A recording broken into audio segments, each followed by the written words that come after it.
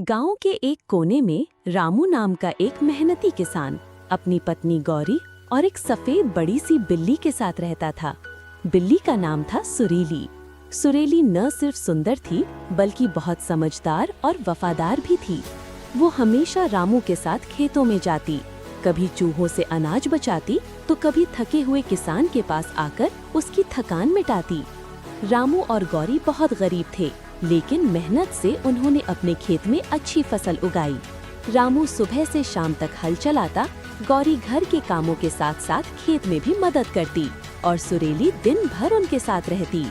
फसल तैयार हुई तो रामू ने अनाज को बैलगाड़ी में भरकर गांव के बाजार ले जाने का सोचा।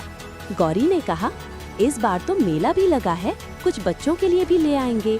रामू ने मुस्कुराकर हामी भरी। बाजार में खूब रौनक थी। मिठाई की दुकानें, खिलौने, झूले, लोकगीत, पूरा माहौल रंग बिरंगी था।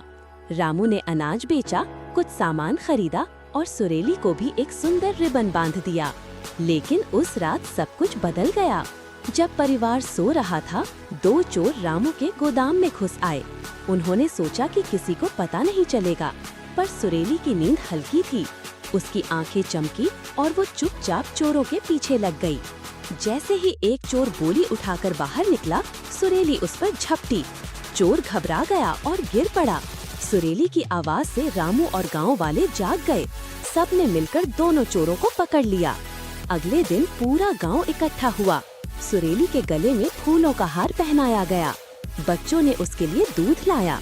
रामू ने मुस्कुराते हुए कहा, मेहनत का साथ अगर वफादारी से मिले तो किस्मत भी झुक जाती है। उस दिन के बाद सुरीली सिर्फ एक बिल्ली नहीं रही, वो गांव की हीरो बन गई। इस कहानी से ये सीख मिलता है, मेहनत और वफादारी कभी बेकार नहीं जाती। दोस्तों, कहानी अच्छी लगी हो तो एक लाइक और सब्सक्राइब जरूर करना।